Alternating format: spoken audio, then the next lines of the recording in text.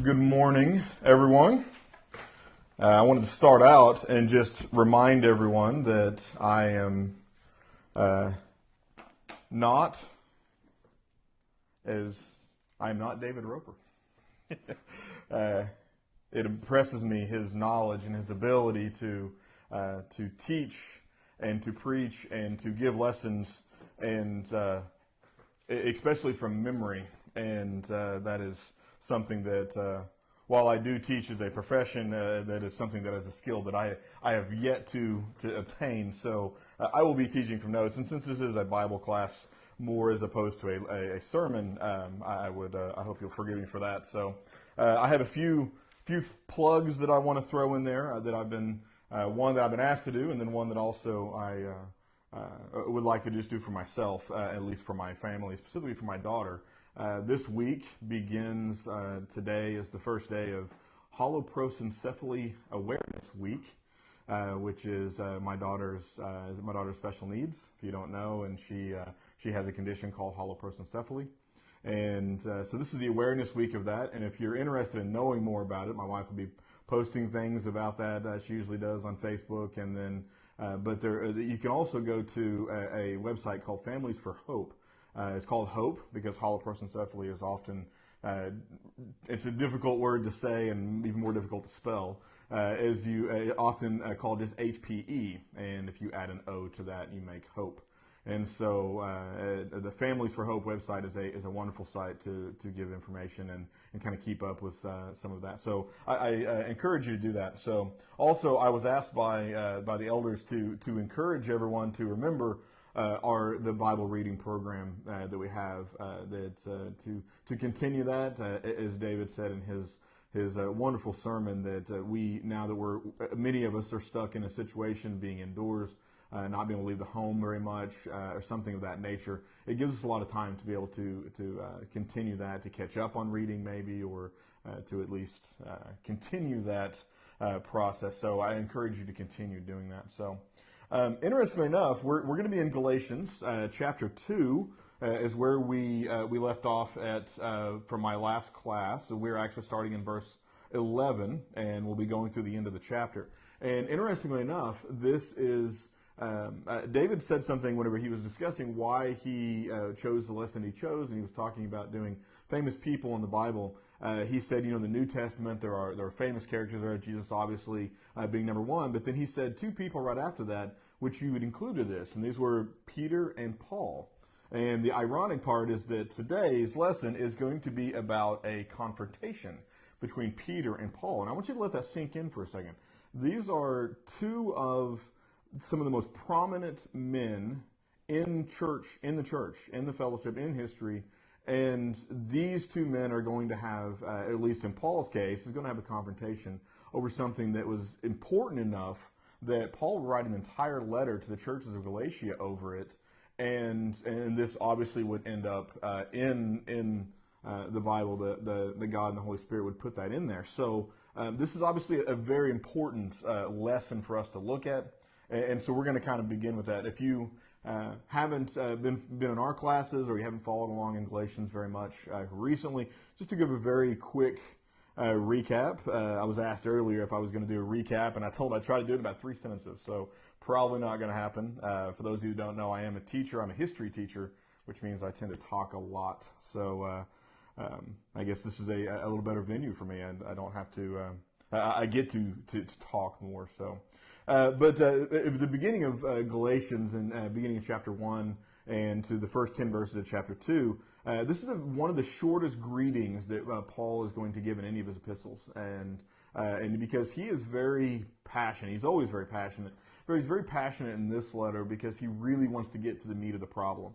And so he gives a very short greeting. He then goes on to talk about how there is no other gospel other than the one that he preached that was given to him by the Spirit, and that there is nothing else out there, and he tries to make that very, very clear.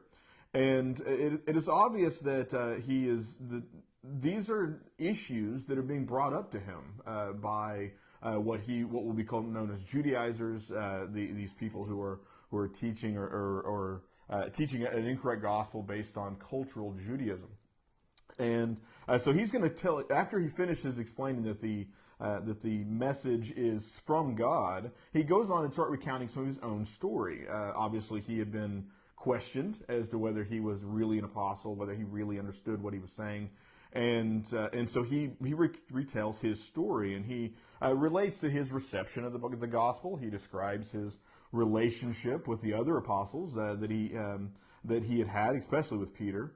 And he also points out this teachings come from Jesus, and that they were not obtained by humans by any means. And then he's also going to end out, and if you're in Galatians, I hope you are, if you look back in verse 9, he talks about that he was going to be accepted and blessed. It says he was given the right hand of fellowship from the apostles. And so these, as many commentators will say, are Jewish-friendly apostles. They gave him their blessing and said, here, go out into the world, go to the Gentiles and preach and teach. And he says, remembering especially the poor, which he was very, very excited that they were on the same page with that.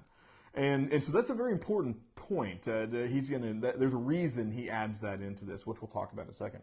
So, but he's going to begin off with this next part, beginning in verse 11. He's going to begin, which we'll read that in a second, with a specific story, a confrontation that he had with one of these Jewish-friendly apostles. And so, and he's using this as a way to point out that Peter was basically acting like the Christians in the churches of Galatia were acting, or had begun acting, and that he was using this as an example. And he's going to call Peter, and by implication, the Christians in Galatia, he's calling them a hypocrite. And this is based on the idea of cultural Judaism.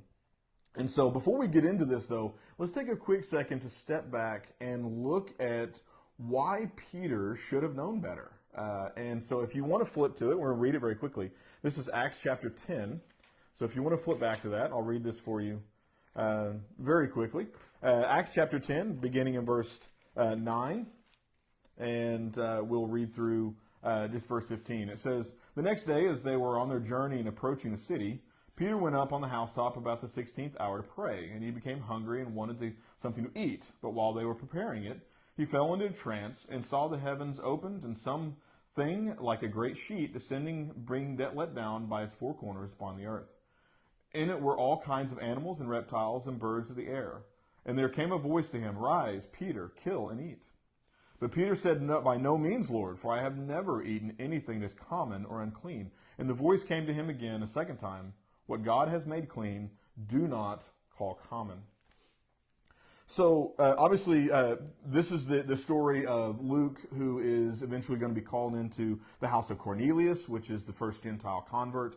And he is struggling, because he's struggling with, and this is another term that I want to make sure we understand, and that we're thinking about through this, is the idea of purity laws. And he's struggling with this because Peter would have been very well versed in purity laws, things that separated Jews from everyone else, the Jewish people. And so God gives Peter a vision, basically saying that you can now eat of anything, that this is not, these laws, these purity laws are no longer, the law in general are no longer a part of what you need to have for salvation. And eventually Peter is going to go and he is going to baptize Cornelius and his whole household and stay with them. And so Peter has shown that he, at least to some level, understood what it was that God was wanting him to do. So that said, it kind of gives you a little background as to Peter, and I think this is part of why Paul will get so frustrated with him in this respect. But let's go ahead and look into where we left off at in Galatians. This is Galatians chapter 2, beginning in verse 11. We're going to read to the verse 11 through 14. But when Cephas came to Antioch, I opposed him to his face because he stood condemned. For before certain men came from James, he was eating with the Gentiles. But when they came, he drew back and separated himself, fearing the circumcision party. And the rest of the Jews acted hypocritically along with him, so that even Barnabas was led astray by their hypocrisy. But when I saw that their conduct was not in step with the truth of the gospel, I said to Cephas, before them all, if you, though a Jew, live like a Gentile and not like a Jew, how can you force the Gentiles to live like Jews? First of all, if you're not familiar with this, if you're wondering why I've been saying Peter and Cephas, that's the same person. Peter is the Greek translation of his name, means rock, and Cephas was the Aramaic version. So we are talking about the same person here. So again, moving on from this general interaction that Paul had just had, that he just talks about with the pillars of Jerusalem, which Peter would have been one. He then moves on to this account of what Peter had done. And now Peter was held in very high esteem with the Christians. He was someone that everyone would have looked up to and to be. He was kind of the unofficial leader of the 11 of the apostles in Jerusalem, eventually 12 again.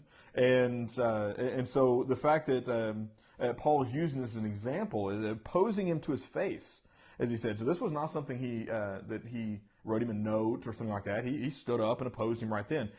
But he directly confronted him out of love and out of concern. This was not a berating. He was not angry with him and trying to make him look bad. This was something he was very concerned with. Again, he would write a whole letter to the churches in Galatia because of that. And so, but there's one part of this that I want to point out in the first verse we read here, in verse 11, where he says Peter stood condemned. Now, if you're reading from the NIV, it may say was clearly in the wrong. I tend to agree with this. A lot of commentators that I read said that is not nearly enough to capture what the Greek word there is saying. That he stood condemned. And so what Paul is basically telling him, this is not something that you're just kind of skirting the line of right and wrong. This was he had gone into a totally different, a very wrong and a very bad place to be. So, again, you go back to this. Peter's vision, his subsequent teaching and baptism with Cornelius and his entire house had followed a very different course. He didn't do that whenever he was with Cornelius, and in the same way, whenever Peter had originally arrived in Antioch, he was eating with the Gentiles. So he had already been showing how he was supposed to be. Peter had accepted that and was doing what he needed to do. And so this is where we run into the problem. Peter's, as many commentators will say, table fellowship with Gentiles was disrupted when certain men arrived in Antioch. Now, we don't know much about these men. They were obviously Jewish Christians from Jerusalem. They were very zealous for the law. And it says they came from James. Now, there's a lot of assumptions we can make with that. This is presumably James, the Lord's brother, is because that's how he was named earlier. So we assume it's the same person. We don't know why they were there. Either way, they knew James well, or he wouldn't have. They were definitely connected some way, or Paul would have pointed that out. And it should also be assumed, but it should not be assumed, though, that James sent them there in an idea to enforce this cultural separation. We don't know that.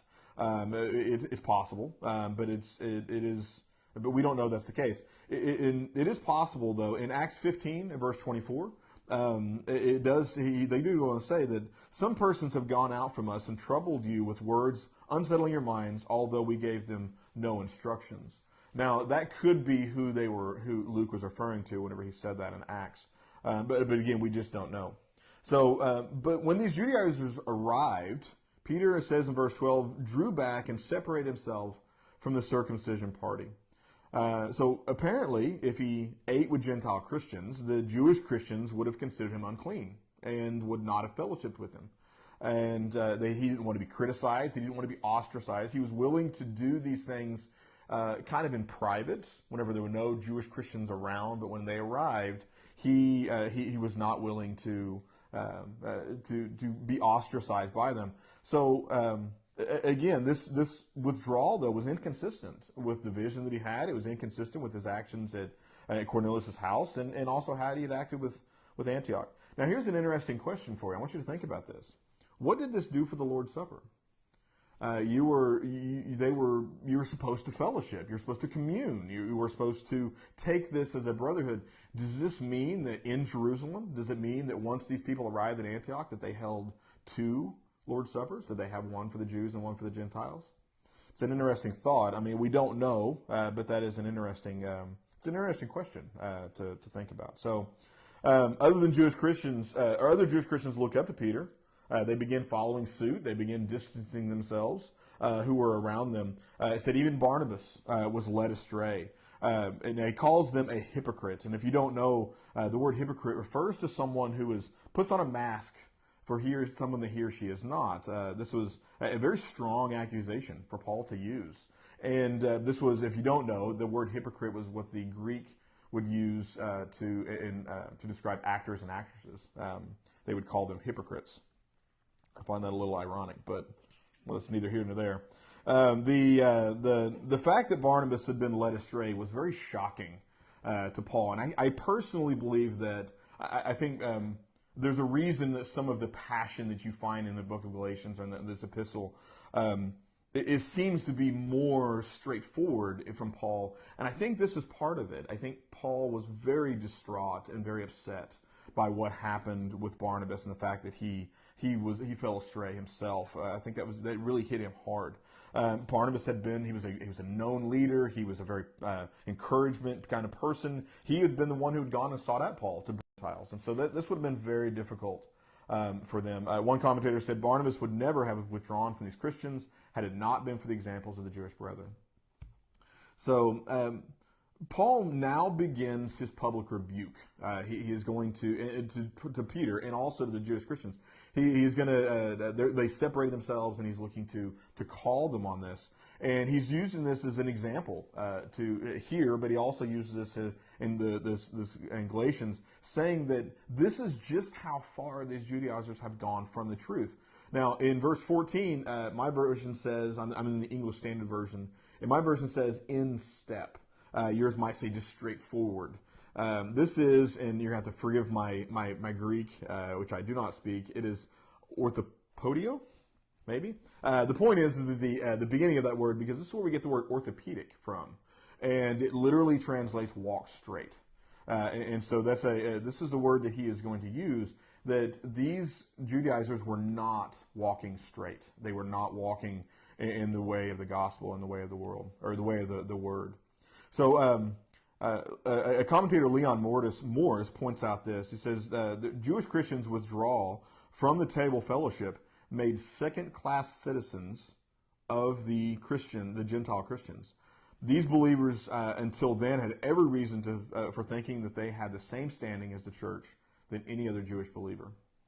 I think it's important to stop there and remember how important it is for us to know that we are all equal in God's church. We are all equal in the fellowship, that no matter your longevity, no matter how new you are as a Christian or how old you are in longevity as a Christian, no matter your culture, your ethnicity, it does not matter where you are, what you're doing, we are all equal in this. No one is special under God's, as opposed to someone else. We are all special with God's grace and God's power, but we are not special over each other. And I think it's important, and that's kind of where this is going, that Paul is bringing out to this. So Paul tells Peter, and everybody's listening. This is not something he pulled him aside and took him over to his side room and said, we need to talk about this. He stood up and said this in front of everyone, that Peter, you're a Jew, that you have been rightfully exercising this newfound freedom that you have, that you're no longer held under the law, that you now have this freedom to live like a Gentile, at least in the idea of not being held to these purity laws, and you don't have to strictly adhere to those. However, Peter is not allowing the Gentiles, who never had to live as Jews, in the first place, to enjoy this freedom. That, in fact, he's enforcing the Jewish purity laws of separation on them. So there is some debate. Again, we've talked about already, there's some debate as to why these Judaizers were there to begin with, whether they were acting, they were there to enforce this law, that they were there on purpose, or if this was something where Peter was reacting to the situation, or they were reacting to the situation, Peter then reacted to them, and Paul in turn reacted to them. But as for Peter, though, and I don't believe, he did not intentionally compel the Gentiles to live like Jews. He wasn't telling them, you can't do this. But his actions would have most certainly pushed them in that direction. And it's important to know that. So at this point, I want to take a second to stop and look at two very important things we're about to run into whenever we move into the next few verses. These are the ideas of works of the law and justification. So predominantly, a little bit of a history here, predominantly since the Reformation period, Christians have often viewed Judaism as being a very overbearing, very legalistic religion. Now, some of that is grounded in truth. I think there's some of there definitely there's some truth in that, some reality in that. However, you have to understand that a lot of this is going to come from Martin Luther. And Martin Luther, in his condemnation of the Catholic Church and their corrupt enforcement of these very legalistic works of the law idea, he basically took these concepts and he put them in the same viewpoint into the Jewish church, the Jewish culture, Jewish people. And so because of this, we have this very modern-based division, very strong argument debate over works-based of the law, works-based faith, and faith-based salvation and works-based salvation. And now, obviously, Paul, there is some split there. Paul sees that, and he talks about that quite regularly. However, whenever Paul is talking about works of the law here, he is not talking about a broad practice of Torah keeping, as you might say, just keeping the law in general. What he is talking about here is quite literally purity laws. This is where this is moving in. In this case, we're talking almost specifically about circumcision, but he is talking about a very specific piece of this. Again, the works of the law is not synonymous with any general good moral works, but in this case, particular practices, specific practices. In verse 14, Paul says the Jew live like Jews, and that's what he's talking about here. It's the idea of live like Jews. So in order to be separate from Gentile sinners, and this is the originally set up. These were originally put in place in the law in order to help the Jewish people understand who's in and who's out, basically. With the resurrection of Christ, a new covenant is created. A new idea is created. So it's important to understand this, and I've actually heard this before, that people will say it was wrong for Jews to continue practicing some of these separation, these purity laws. Now, let's keep this in mind, though. There was nothing wrong with that. If you wanted to continue circumcising your male children, if you wanted to continue with a certain diet or something like that, things you could or could not eat or something like that, there was nothing wrong with that. You could keep doing it. What makes it wrong is you can't keep doing this and pretend that, as we said before, that you're special, that you are above everyone else, that you have something that someone else doesn't have, and you certainly can't make the Gentiles do it also. And so, if you wanted to keep doing it, you're more than welcome. That's fine. You're welcome to keep doing that. But you can't, you cannot force someone else to do it, and you can't see that as being a separation of yourself from everyone else. The other one is justification. Now, this case, the idea of justification is not about the how do I as an individual get my sins forgiven. That's not really what we're talking about here. In this case, we're talking about it more in the idea of who can be a part of God's covenant plan, his people, who can be a part of this. In other words, those who are justified. So the bottom line here is that works of the law, and I'm just going to read this to you, so that I pulled from a commentator I thought was very good. Works of the law are not the same as good works that James talks about in his letter. They are particular Jewish laws that are intended to separate. Justification has to do with being part of God's covenant people and the fellowship that involves. It's not as much about getting your individual sins forgiven, though there is some overlap. So again, these are two important pieces to look at. So let's go ahead and move on. We're going to move into the last of these verses. We're going to read verses 15 through the end of the chapter. It says, "We ourselves are Jews by birth and not Gentile sinners. Yet we know that a person is not justified by works of the law, but through faith in Jesus Christ. So we also have believed in Jesus Christ in order to be justified by faith in Christ and not by works of the law, because by works of the law no one will be justified. But if in our endeavor to be justified in Christ, we too were found to be sinners, is Christ then a servant of sin? Certainly not. For if I rebuild what I tore down, I prove myself to be a transgressor. For through the law I died to the law, so that I might live and to live to God. I have been crucified with Christ. It is no longer I who live, but Christ who lives in me. In the life I now live in the flesh, I live by the faith in the Son of God, who loved me and gave himself for me.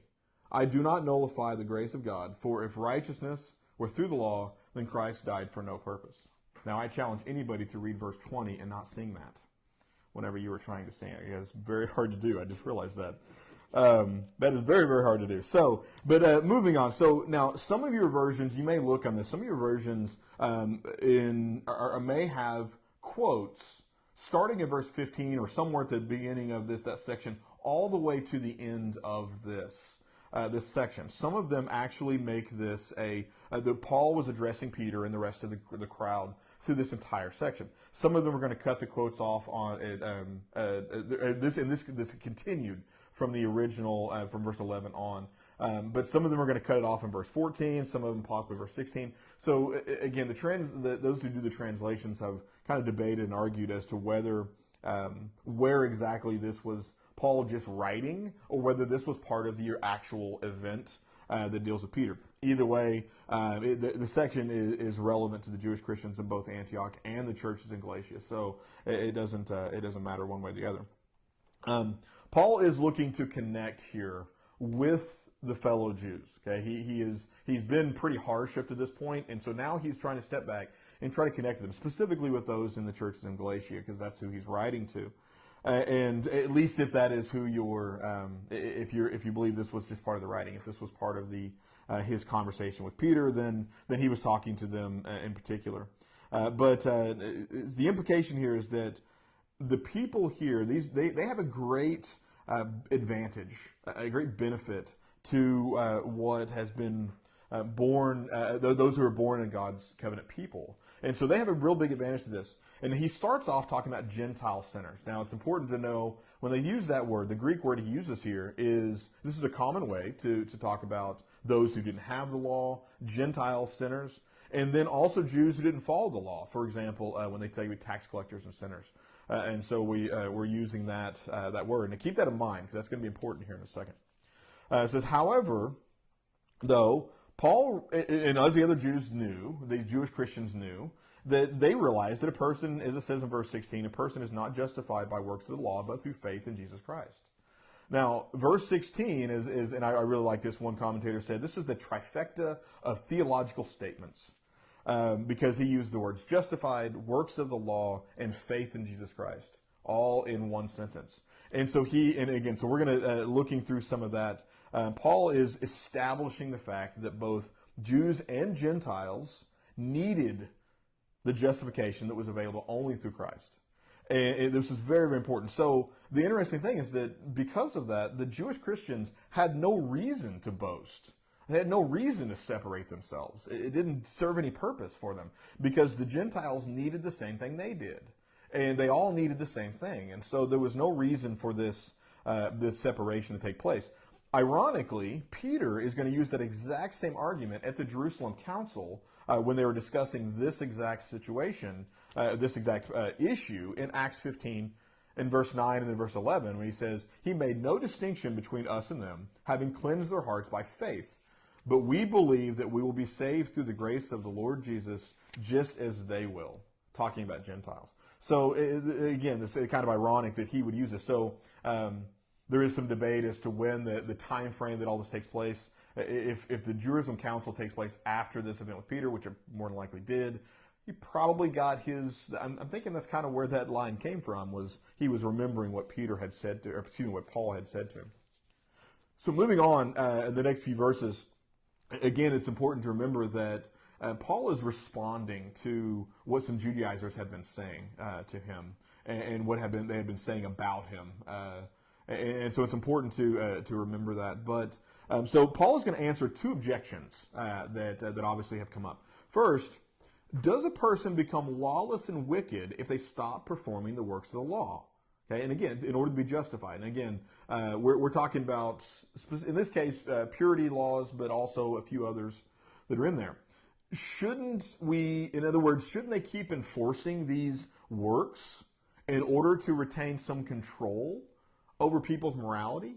In other words, they were asking, if people don't, if they stop this, if a Jewish person who has grown up as a Jew and followed these as best as they could, if they just stop, aren't they just automatically going to go and start doing bad things and being immoral? Paul makes it very clear.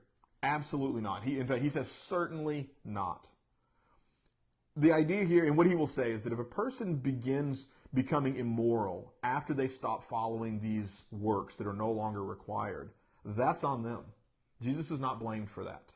Jesus is not God, and Jesus do not promote sin, and that if you begin becoming immoral because of these lack of these works, then that's on you. The Jews had to face the reality that they were sinners, that Paul uses, and again, this is where I say whenever we're talking about Gentile sinners, in verse 15, that he used in verse 15, now back down to verse 17, he used the exact same word to, whenever he talked about Gentile sinners, he then turns around and says, so are you, just like them. Using the same word there.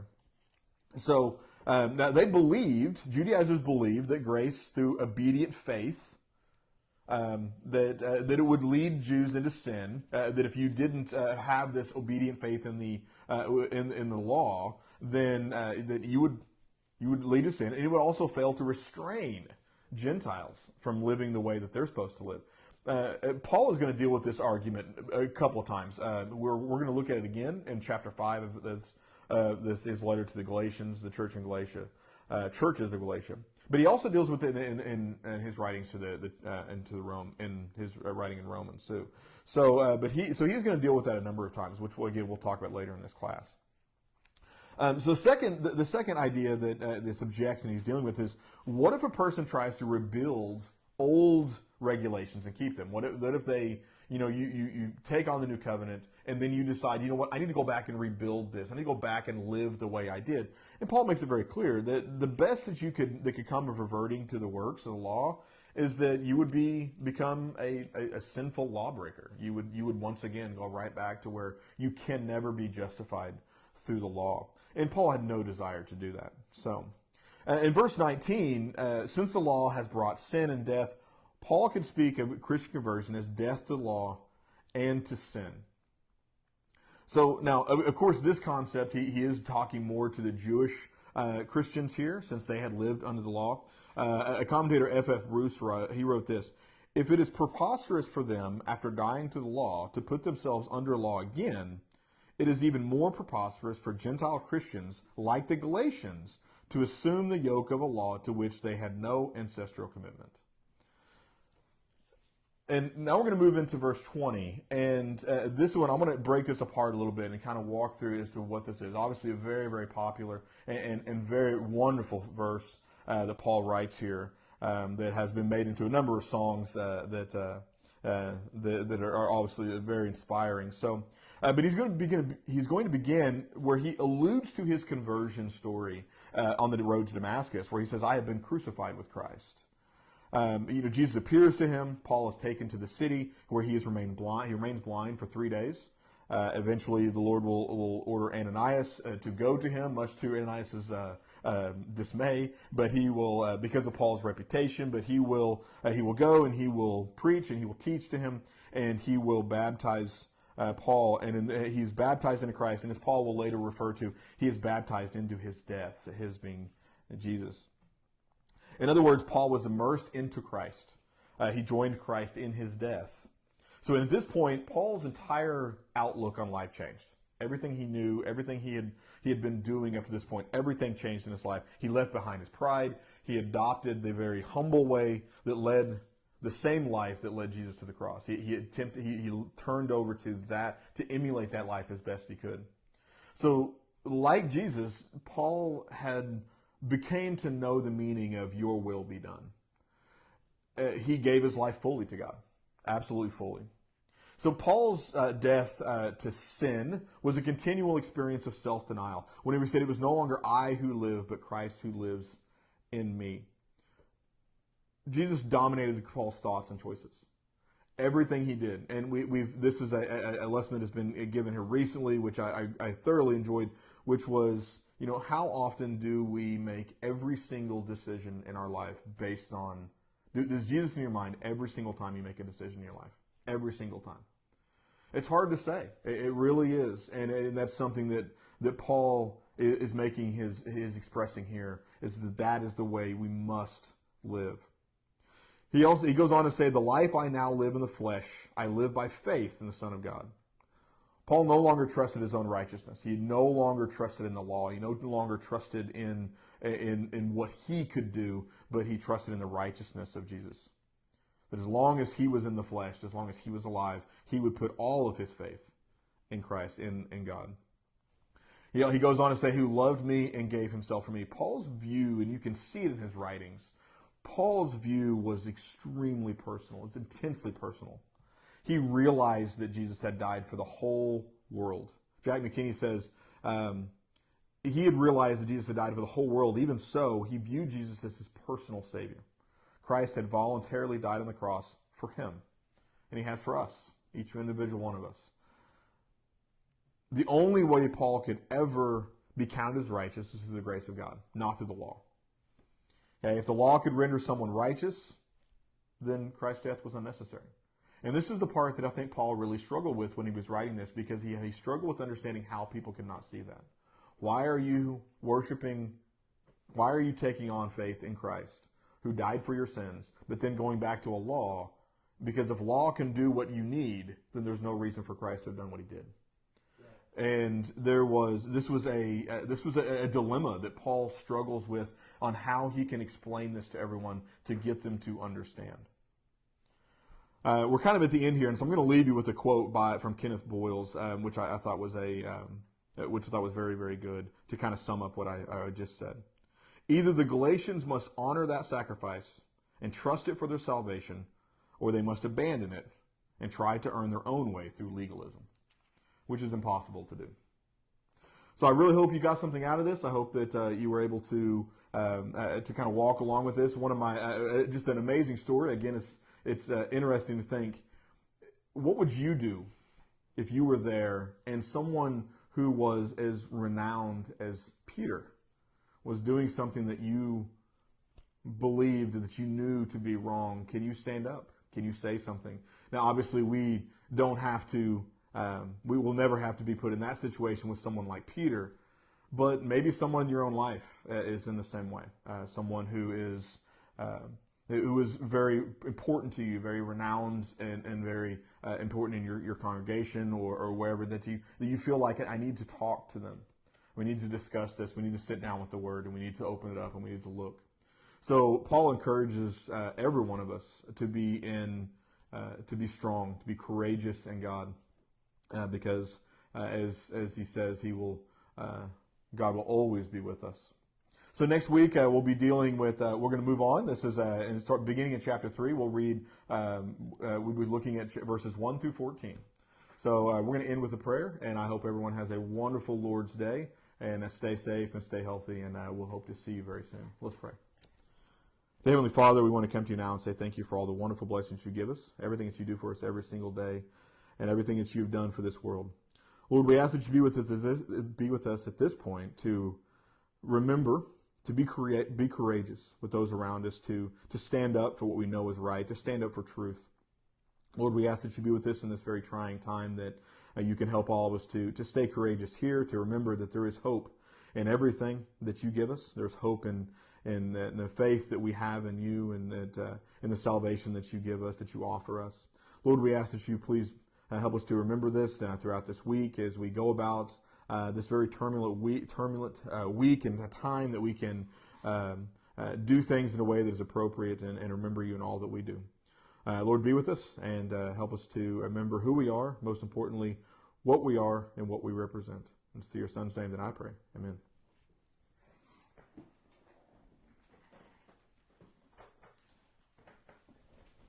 Very good.